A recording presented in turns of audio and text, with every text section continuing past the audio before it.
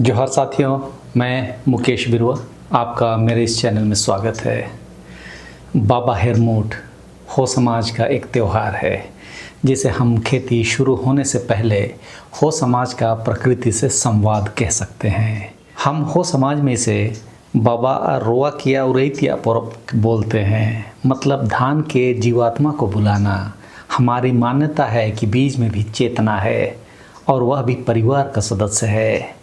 आदिवासी भाषा के टर्मिनोलॉजी को हूबहू हिंदी में समझना और समझाना, वह भी सरल तरीके से, एक चुनौती होती है। कई सारे शब्दों के हिंदी में शब्द कह पाना थोड़ा कठिन होता है, लेकिन चूंकि हम लोग हिंदी मीडियम, अंग्रेजी मीडियम से ही पढ़ाई लिखाई किए हैं या कर रहे हैं, तब अपनी हो भाषा या आदिवासी भाषा के शब्दों को हिंदी या अंग्रेजी में ट्रांसलेट करना, आप सोच सकते हैं कितना कठिन काम है। लेकिन मैं कोशिश करता रहा हूँ कि अपने संस्कृति की विधाओं को सरल और वैज्ञानिक तरीके से आपको समझा पाऊँ। बाबा हेरमोट के बारे जब मैं यह वीडियो बनाना चाहा तो समझ ही नहीं आ रहा था कि एक एक गतिविधि के बारे जानकारी दूं या फिलॉसफी के बारे।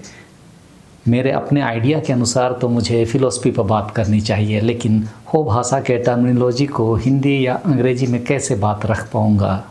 लेकिन कहते हैं if there is will there is way. तो चलिए, मेरे नज़रिए से आप आज बाबा हेरमोट को समझने का प्रयास कर लीजिए। जैसा कि ऊपर मैंने आपको बताया कि बाबा हेरमोट में हम धान के जीवात्मा को बुलाते हैं, लेकिन क्यों और कैसे, थोड़ा वैज्ञानिक दृष्टि से भी समझ लेते हैं। यह हमारे हो समाज की भी मान्यता है और आदिवासी समाज भी इस व्याख्या से अलग नहीं है कि खेती केवल मनुष्य की मेहनत से नहीं होती। बीज, मिट्टी, पानी यानी कि बारिश, हवा यानी कि नमी, ऋतु और अदृश्य जीवनदायिनी शक्तियाँ मेरे इस वीडियो में, जिन्हें हम ओतेरे नागे एरा बिंदीरा बोलते हैं, सब मिलकर फसल देती है। इसीलिए खेती शुरू करने से पहले उनका सम्मान और आह्वान किया जाता है। बाबा हेरमोट असल में दो अलग अलग संज्ञानात्मक क्रियाओं या कॉग्निटिव प्रोसेस का एक अनुष्ठान होता है, जिसमें पहली क्रिया तो बीज की जैव सक्रियता को जगाना होता है। वह कैसे? धान का बीज जो पूड़ा में बंद था, हम हो समाज में बांदी बोलते हैं, जो इस तरह का होता है, आप देख सकते हैं। तो वह एक प्रकार की सुप्तावस्था या डोरमेंसी में रहता है। आधुनिक कृषि विज्ञान भी मानता है कि बीज बोने से पहले उसकी जीवन शक्ति की जांच और सक्रियता जरूरी है। इसे सीड प्राइमिंग कहते हैं। हो समाज ने इस जैविक सच्चाई को अनुष्ठान की भाषा में व्यक्त किया। बीज के भीतर जो जीवन सोया है उसे सम्मान के साथ बुलाओ। यह अंधविश्वास नहीं, बल्कि प्रकृति के प्रति एक एपिस्टेमिक ह्यूमिलिटी है। उस ज्ञान के प्रति विनम्रता है। यह स्वीकार करना कि जीवन हमारे नियंत्रण में नहीं, हम केवल अनुकूल परिस्थिति बना सकते हैं, और वह सही परिस्थिति, सही समय, उचित नमी और अनुकूल ताप मिलने पर आता है। आदिवासी प्राकृतिक ऋतु चक्र को जंगल के पेड़ पौधों के फूल और फल देखकर, जड़ी बूटियों और पशु पक्षियों के व्यवहारों को देखकर जान जाता है, और उसी के अनुसार बाबा हेरमोट का दिन तय होता है। जब हो समाज पेड़ों के फूल, फल, जड़ी बूटियों की अवस्था और पशु पक्षियों के व्यवहार देखकर हेरमोट का समय तय करता है, तो वह वास्तव में फिनोलॉजी है। अब फिनोलॉजी क्या है? यह विज्ञान की वह शाखा है जो बताती है कि ऋतु परिवर्तन के साथ पेड़ों में फूल का आना, पक्षियों का व्यवहार बदलना, कीटों की सक्रियता, यह सब मौसम के जैविक संकेत हैं। यानी कौन सा पेड़ में कब फूल खिलता है, कौन सा पक्षी कब आता है, कब चहचहाता है, कौन सा कीट कब दिखता है, ये सब टेम्परेचर, रेनफॉल, ह्यूमिडिटी और फोटो पीरियड के सटीक संकेतक होते हैं। अर्थात आदिवासी मौसम का अनुमान नहीं लगाता, बल्कि वह बायो इंडिकेटर्स पढ़ता है।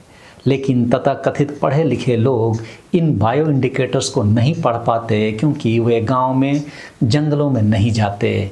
वे आदिवासी विज्ञान को पारंपरिक खेती बोलकर हीन भावना से देखते हैं। आदिवासी समाज का फिनोलॉजी का ज्ञान 3 स्तरों पर काम करता है। पहला स्तर वनस्पति का संकेत या बोटनिकल इंडिकेटर्स। पेड़ पौधों का फूल और फल का होना सॉइल टेम्परेचर और वायुमंडलीय नमी का सीधा प्रतिबिंब है।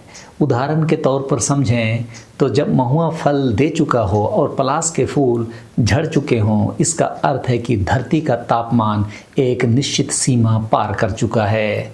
जब बांस में नई कोपलें आएँ, यह सॉइल मॉइस्चर के एक स्तर का संकेत है। धान के अंकुरन के लिए क्या चाहिए? मिट्टी का तापमान 18 डिग्री से ऊपर, यानी आदर्श स्थिति 25 से 30 डिग्री सेल्सियस। पर्याप्त नमी मतलब मानसून की पहली या दूसरी बारिश के बाद, मतलब जंगल के पेड़, यह दोनों बातें बिना थर्मामीटर के बता देते हैं। दूसरा स्तर है पशु पक्षी का व्यवहार या जूलॉजिकल इंडिकेटर्स। यह और भी सटीक है। पक्षी अत्यंत संवेदनशील होते हैं। तापमान, आर्द्रता और वायु दाब में सूक्ष्म बदलाव को वे मनुष्य से पहले महसूस करते हैं। किसी विशेष पक्षी का आगमन या प्रजनन व्यवहार यह मानसून की निकटता का संकेत देता है, यानी सॉइल मॉइस्चर जल्द आने वाली है, बीज बोने का सही समय नज़दीक है। कीट पतंगों का व्यवहार सॉइल टेम्परेचर का सबसे सटीक संकेतक है, क्योंकि वे कोल्ड ब्लडेड होते हैं और सीधे एम्बिएंट टेम्परेचर पर निर्भर होते हैं। जब एक विशेष कीट दिखे, इसका सीधा अर्थ है कि मिट्टी एक निश्चित तापमान पर पहुंच गई। तीसरा स्तर है जड़ी बूटियों का व्यवहार, माइक्रो इकोलॉजिकल इंडिकेटर्स। यह सबसे सूक्ष्म स्तर है। छोटी जड़ी बूटियाँ, काई, फंगस, ये माइक्रो क्लाइमेट के संकेतक हैं। इनका अंकुरन या फैलाव बताता है कि मिट्टी की ऊपरी परत में नमी का स्तर क्या है, धरती की बायोलॉजिकल एक्टिविटी शुरू हो गई है या नहीं। आधुनिक कृषि विज्ञान में इसे सॉइल बायोलॉजिकल इंडिकेटर्स कहते हैं और यह अभी भी शोध का विषय बना है। अब साधारण भाषा में समझिए कि हेरमोट का समय क्यों महत्वपूर्ण है। यदि बाबा यानी धान के बीज को जल्दी बो दिया जाए, नमी कम हुई तो अंकुर मर सकता है, और यदि देर से बोया तो पूरा ग्रोइंग सीजन कम हो जाएगा। इसलिए हेरमोट वास्तव में ऑप्टिमल सोइंग विंडो चुनने की सामुदायिक व्यवस्था है। आज कृषि वैज्ञानिक भी यही कहते हैं। बाबा हेरमोट एक लिविंग एल्गोरिदम को फॉलो करने का जीवंत उदाहरण है। यह एक तरह से पीढ़ियों से संचित अवलोकन का वाहक है, मतलब ऑब्जर्वेशंस एक्यूमुलेटेड ओवर जनरेशंस की बात हम कर रहे हैं। यह इसेंशियली एक long term ecological data set है, जो किसी कागज पर नहीं, सामूहिक स्मृति और अनुष्ठान में संरक्षित है। आधुनिक विज्ञान इसे ट्रेडिशनल इकोलॉजिकल नॉलेज कहता है, और यूएन, आईपीसीसी जैसी संस्थाएं अब इसे जलवायु परिवर्तन समझने के लिए प्राइमरी डेटा सोर्स मान रही है। सबसे महत्वपूर्ण बात यह भी समझने की है कि बाबा हेरमोट का सिस्टम क्यों श्रेष्ठ है। आइए समझते हैं कि आधुनिक कैलेंडर आधारित खेती और बाबा हेरमोट की फिनोलॉजी आधारित खेती में क्या अंतर है और श्रेष्ठता कैसे और किसकी है। आधुनिक कैलेंडर आधारित खेती में तारीख फिक्स्ड होती है, चाहे मौसम कुछ भी हो, जबकि बाबा हेरमोट की फिनोलॉजी में तारीख फ्लेक्सिबल होता है, मौसम के अनुसार तय होता है।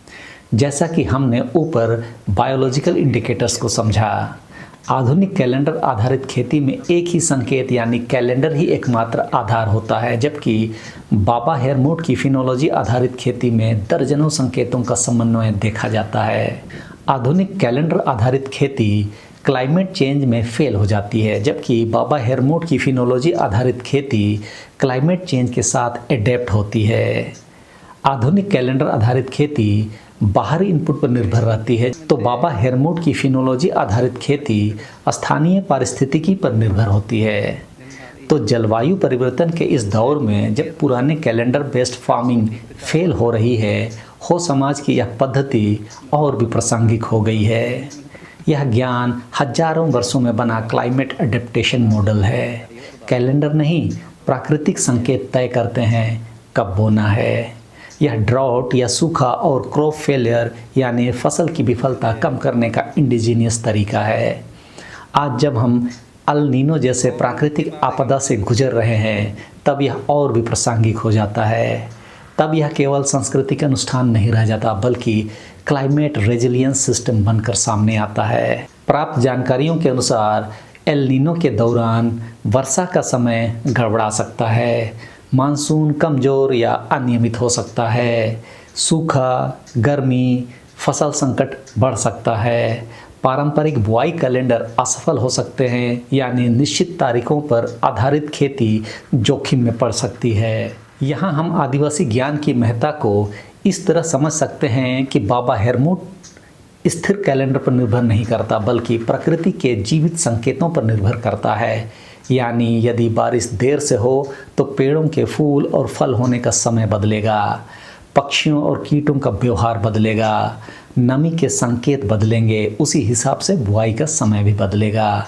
यह फिक्स्ड एग्रीकल्चर नहीं, एडेप्टिव एग्रीकल्चर है। हम सीधे एल नीनो को कम तो नहीं कर सकते, लेकिन प्रभाव को घटा जरूर सकते हैं। समुद्र का पानी लिया बादल को जंगल आकर्षित करते हैं, जिससे जंगल इलाकों में अच्छी बारिश होती है। मतलब समुद्र से नमी का ऊपर उठकर बादल बनना, और उस बादल को जंगल के पेड़ पौधे खींचते हैं, तो उस वर्षा से स्थानीय नमी काफ़ी हो जाती है, जिससे फसल घने जंगल के इलाकों में बेहतर होती है। दूसरा तरीका है मिश्रित खेती। हम लोग खुद धान, दलहन और तिलहन की खेती करते रहे हैं। इससे भी हम एल नीनो के प्रभाव को इस रूप में कम कर सकते हैं कि यदि एक फसल खराब हो तो दूसरी बचती है। हालांकि हालिया दिनों में मिश्रित खेती कम हुई है। तीसरा तरीका है देसी बीज का इस्तेमाल। मैंने तो काला चावल वाले पुराने धान का भी अरेंजमेंट कर लिया है। तो कई पारंपरिक धान की किस्में ड्रॉट टॉलरेंट होती है, मतलब सूखे को झेल सकती है। पैदावार कम ही सही, लेकिन देती ही देती है। चौथा, सामुदायिक बुआई का निर्णय गलत टाइमिंग की संभावना घटाती है, यानी यह भी एल नीनो के प्रभाव को कम करता है। इस तरह से बाबा हेरमोट सिर्फ एक अनुष्ठान मात्र नहीं, यह तो इंडिजिनियस मेट्रियोलॉजी भी है। इन सब के बीच सबसे गहरी दार्शनिक बात यह भी है कि आधुनिक सोच कहती है कि नेचर मस्ट बी कंट्रोल्ड, और बाबा हेरमोट फिनोलॉजी कहती है कि nature must be listen to. यही फ़र्क इकोलॉजिकल कोलैप्स और इकोलॉजिकल सर्वाइवल के बीच है। बाबा हेरमोट का दिन दरअसल जंगल के हजारों जीव जंतुओं और पेड़ पौधों से एकत्रित रियल टाइम इकोलॉजिकल डेटा को पढ़कर एक ऐसा निर्णय होता है जो किसी भी फिक्स्ड कैलेंडर से अधिक सटीक और जलवायु अनुकूल होता है। आपकी इस बारे में क्या राय है, कमेंट में ज़रूर बताएं। यदि आपने अभी तक चैनल को सब्सक्राइब नहीं किया है तो ज़रूर करें। वीडियो को उन लोगों तक ज़रूर पहुंचाएं जिन्हें ट्रेडिशनल इकोलॉजिकल नॉलेज के बारे जानना है। तो इस वीडियो में इतना ही। सबों को धन्यवाद। जोहार।